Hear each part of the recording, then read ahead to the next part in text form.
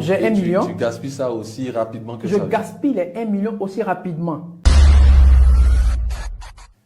Bienvenue dans ce nouveau podcast Valeur Ajoutée, le podcast qui met en avant des personnes, des personnalités, des parcours, des activités inspirantes et surtout qui favorisent l'essor de l'Afrique en général et de la Côte d'Ivoire en particulier. Je précise que ce podcast est sponsorisé par GJA Entreprises, une structure multiservice qui évolue dans l'immobilier, le transport, la formation et l'audiovisuel. Je suis moi-même Yepa Joël Anani, son fondateur et son gérant, et je vous remercie d'être de plus en plus nombreux à regarder nos vidéos, à nous suivre, à partager nos vidéos, à commenter, à liker, ainsi de suite, afin de donner le maximum de force à notre contenu. Aujourd'hui, j'ai l'infime honneur de recevoir un jeune leader, un entrepreneur, un serial entrepreneur, quelqu'un qui a mis, on va dire, ses œufs dans différents paniers de sorte à pouvoir se distinguer et puis diversifier ses activités afin de se créer plusieurs sources de revenus. Sans trop maintenir le suspense, on va le découvrir et j'espère profondément que vous allez être inspirés. Vous connaissez le créneau, éduquer, transformer, impacter et inspirer. Bonjour Maury Diabaté.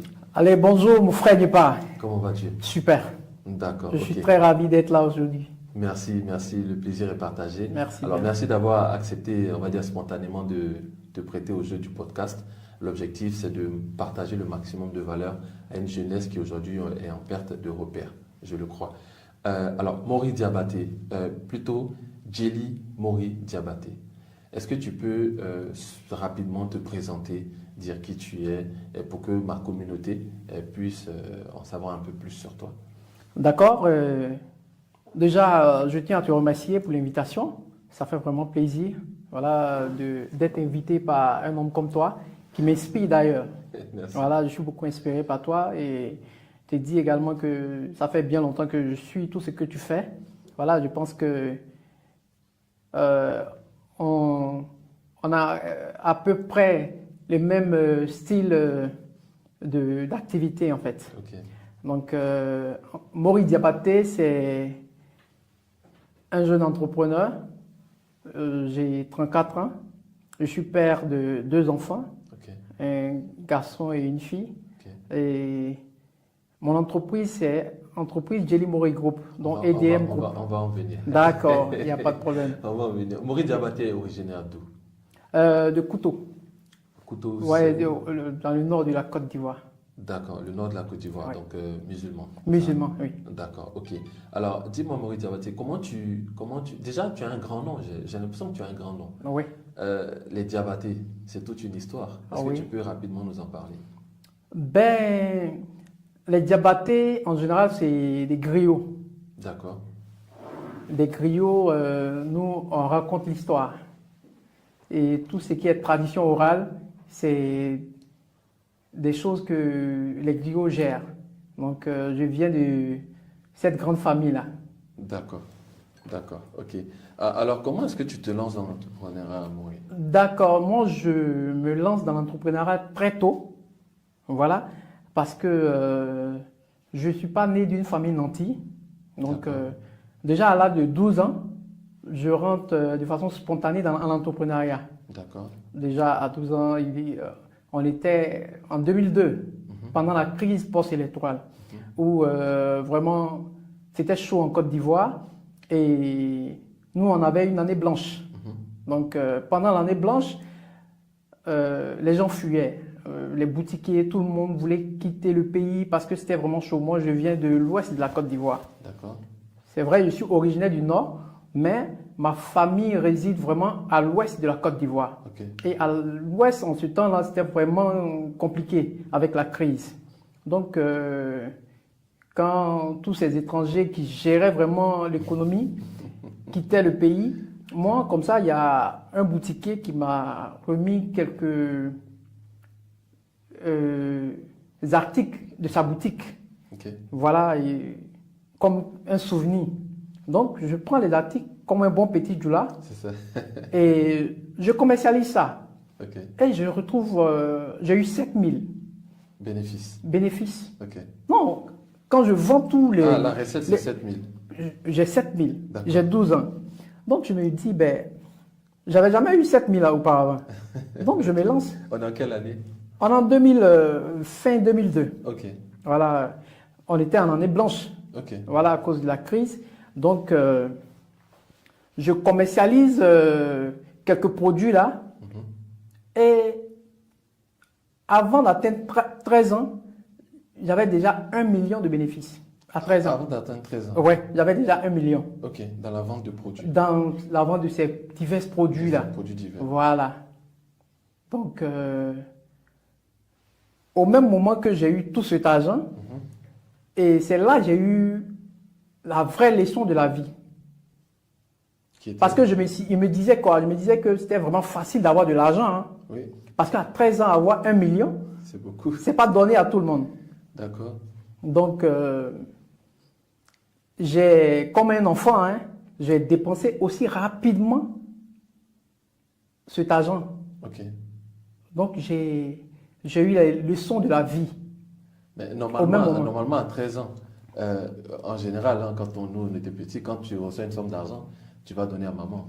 Justement, en fait, les parents même ne pouvaient pas s'imaginer que j'avais tout cet argent. Ah d'accord, ils pourraient même Voilà. s'occuper. Moi, j'étais dans mes petits business, je vendais comme un petit doula. Voilà, des piles, tous ces petits gadgets là. Et j'avais une tante qui gardait cet argent, bien précisément. Donc tu as 1 million. J'ai et 1 million. Tu gaspilles ça aussi rapidement que Je ça. gaspille les 1 million aussi rapidement.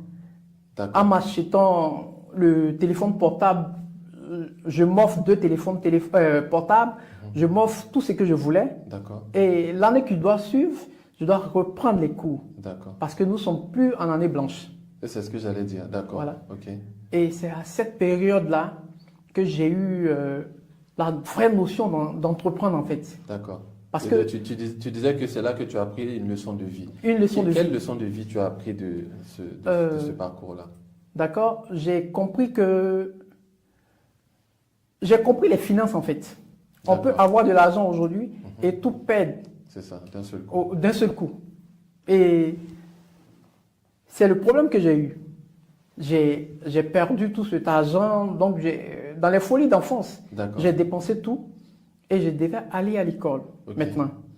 Pour un enfant qui est habitué à toucher une certaine somme, et là, il voit la réalité parce que j'ai plus cet argent. D'accord. De 2003 jusqu'en 2010, l'année où je passe le bac, c'était vraiment chaud.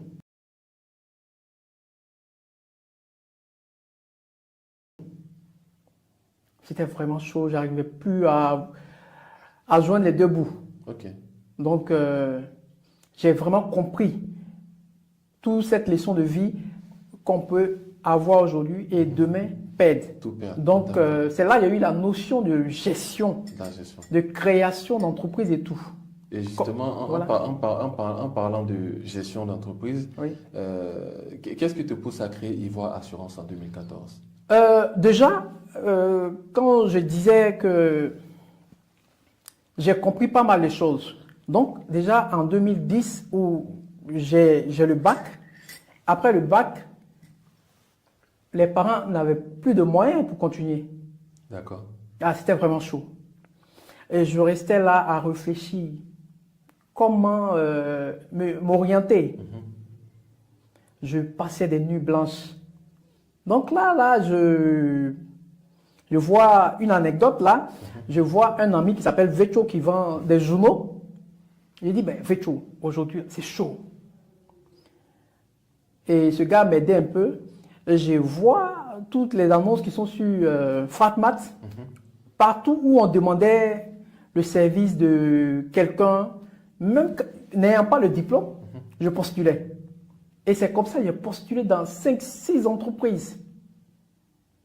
Et bizarrement, par l'audace, il y a 3 entreprises qui me contactent.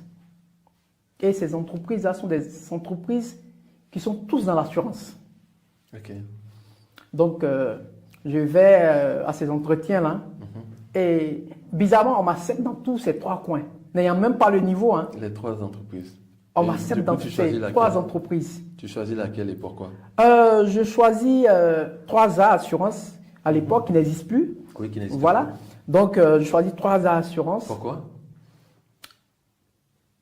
Le feeling, Le feeling. voilà. C'était pas l'argent qui était... Non, c'était Les pas l'argent. avantages. Ma seule motivation, c'était de quitter la maison. Ah, d'accord. OK. C'était de quitter la maison.